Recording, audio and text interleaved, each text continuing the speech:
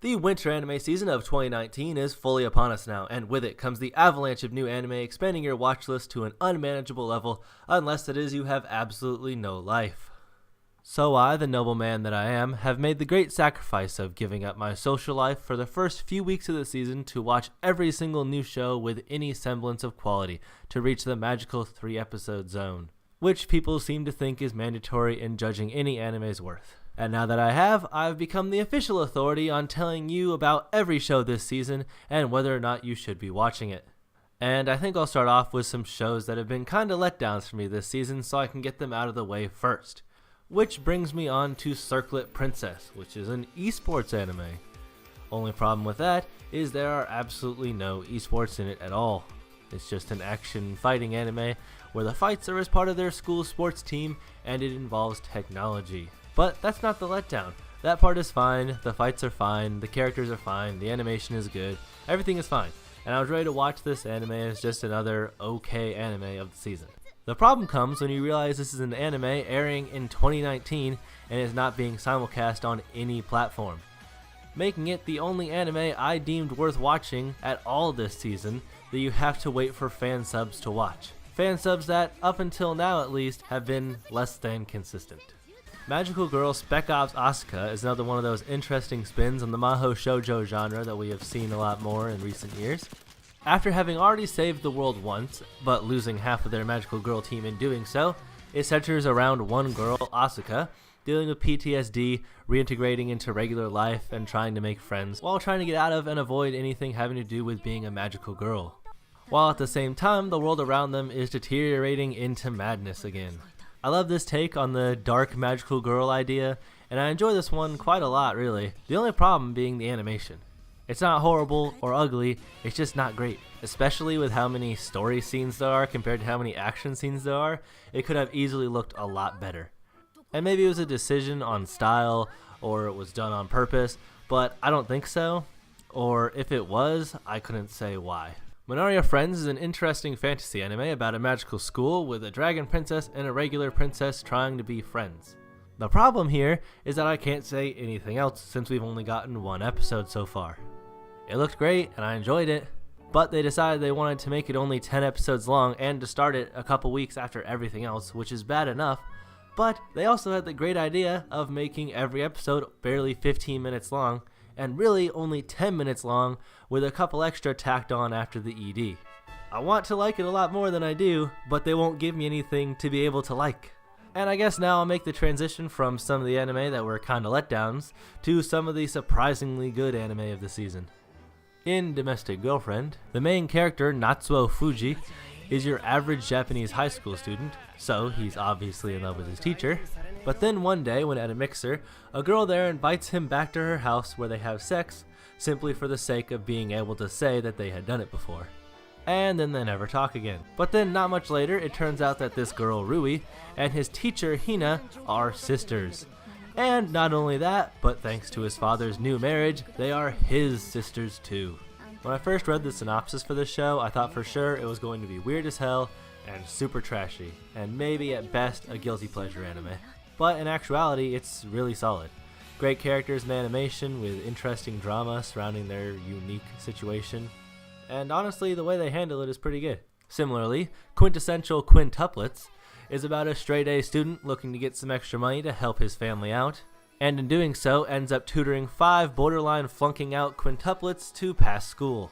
Only problem then is that almost none of them are willing to accept his help, and most of them just straight dislike him, or are actually trying to sabotage him. It's pretty funny, the girls are super cute, and again, thought it would be more stupid and trashy, but the dynamic between the different girls and him as well is fun, and the show's just fun to watch. And now for a really big one, the most popular new series of the season, Rising of the Shield Hero. In this isekai, 4 people are summoned to a fantasy world from 4 alternate versions of Japan, each with a special weapon they are pre-locked into using. A spear, a sword, a bow, and of course, a shield. Each of the heroes basically believing they were summoned into a video game that they had played before, similar to as seen in Overlord or How Not to Summon a Demon Lord. That is, except our main character, the shield hero, who knows nothing about this world. Not to mention, the legends of this world say that the shield hero is the worst of the bunch. After being used by and then even falsely accused of rape by the only person who pretended to support him, his life is in shambles, and our hero makes the change to anti-hero. I love this series so far. I knew I would like it, but it's even better than I expected. And if you like fantasy or isekai anime, definitely check this one out. Grimm's Notes is more or less about a group of adventurers going through different storybook worlds fighting monsters as different storybook characters. Stories like Red Riding Hood or Rapunzel or different stuff like that. There's nothing inherently wrong with this one, I guess. It's just pretty boring and I'm not invested into any of the characters. It's another huge letdown for me, especially since not too long ago I saw somebody hyping this series up, talking about how they thought it needed an anime adaptation. And now that it has one, it's just super meh. Dororo caught my interest right off the bat with its gorgeous animation and style. It's got some really solid action following our main character, Hyakumaru, accompanied by the young Dororo, on his adventure to retrieve all of his missing body parts from the demons who possess them. It's also a historical anime, obviously with a bit of liberties there, and is based off a 50-year-old manga that I know nothing about, but if you're into retro stuff, I think that means this qualifies. But even if you just like action or adventure or fighting anime in general, definitely check this one out. In Wataten, An Angel Flew Down to Me, the antisocial college student Miyako lives with her mother and 5th grade sister Hinata, who one day brings over her friend Hana, where Miyako instantly becomes obsessed. She starts using treats to try and bribe Hana into being her friend and to dress up in her custom cosplay. It's extremely cute, pretty funny, and far less creepy than I was afraid it would be when I started watching it. Cute girls, cute things. And if this clip right here doesn't sell you, then it's just not for you then. Next up is Pastel Memories. The story goes that some maid cafe / otaku shop workers in Akihabara must go on a quest to try and reclaim people's memories of Akiba's moe culture. And I can definitively say this is the worst show I've watched this season so far. It's just so boring. So if you really like the concept and you want to see something with it, just go watch that one part of Steins Gate again. Next is My Roommate is a Cat, the story of novelist and NEET Subaru and his adopted cat Haru living together and just enjoying life together as housemates. It shows everything in the story from both of these characters' points of views. It's got some funny jokes, it's kind of basic, but it's sweet and it's wholesome, and I enjoy it enough. Just don't go in expecting all that much from it. Another huge new anime of the season is The Promised Neverland. After being very hyped up from its successful manga, it managed to immediately deliver with an interesting concept and combo of shonen mystery and horror, following 3 kids at an orphanage discovering that their orphanage is actually something much different than they had thought. Without spoiling anything else, I can say that hook really snagged my interest. Also note the main character has a tattoo on their neck, as they all do, which I thought started with 6'9", which would have been perfect obviously. But it's actually 6'3", so it loses points for missed opportunities there. Boogie Pop and Others. Another anime coming in with a lot of hype this season. Boogie Pop kind of started off that whole light novel craze back in the day. That's still going on now. So you can thank it for a lot of your favorite and least favorite anime. It had an anime adaptation a while ago that I never watched that I believe was a sequel to the books, but this one is a direct adaptation. And let me first say, thank God this anime started off with 2 episodes and also started airing before most of the others, because now it has 5 episodes, so I can almost say I understand what's happening. This show is absolutely gorgeous and definitely fulfills that mystery tag. I honestly had no idea what the hell I was watching for the first 2 episodes, and I'm still kind of figuring it out. But I'm loving it, especially as a psychological horror fan. I do feel bad for it though, because it's got a 7.13 score on Mal right now, when it easily deserves far better than that. But I think a lot of people ended up watching it because of the hype, then dropped it and gave it a bad rating after not understanding the first couple of episodes. Next is Kaguya-sama, Love is War. Or, the direct translation, Kaguya wants to be confessed to the genius's war of love and brains. It's actually based off a manga and not a light novel, surprisingly.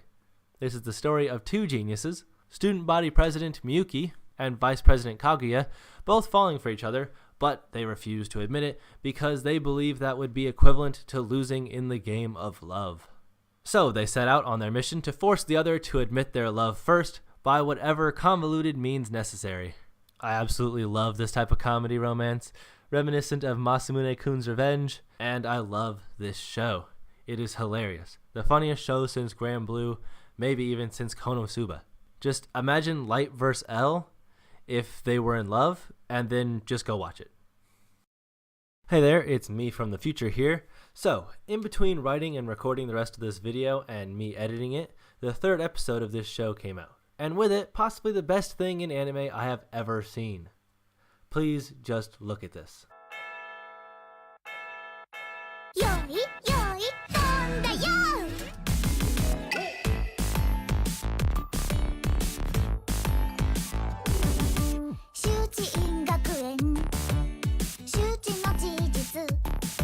Endro starts off with a group of magical girls defeating their story's demon lord when one of them messes up their magic and sends them all back in time, all the way back to hero school. Now, that demon lord is their teacher and the only one with any memories from before the time change, and is also a lolly and trying to sabotage them throughout school so they can never stop her in the future.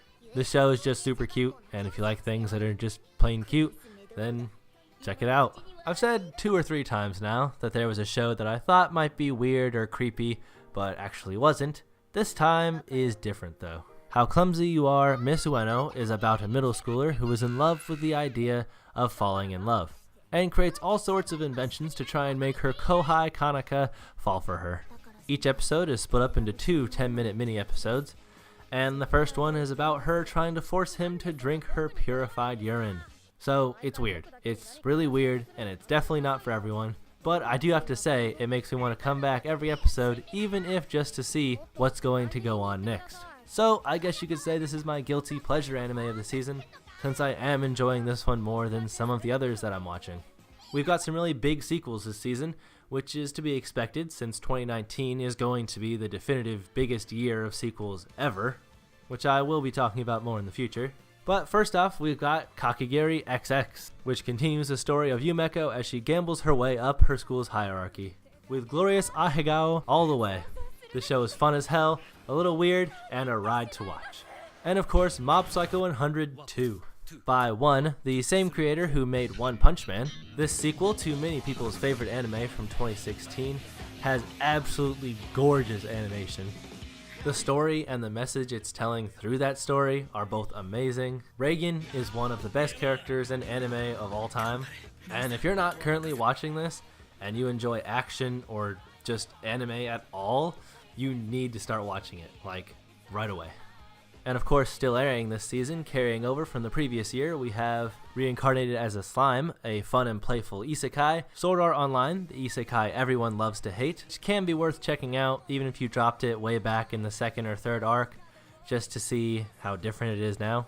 A Certain Magical Index, which is way too much to explain here, but it's got magic and science and crossovers and stuff. There are good videos out there if you want to learn about it or get into it, but this ain't it, chief. Also, JoJo Part 5 with some over-the-top JoJo action that everyone loves, and of course there's a few other shows carrying over too.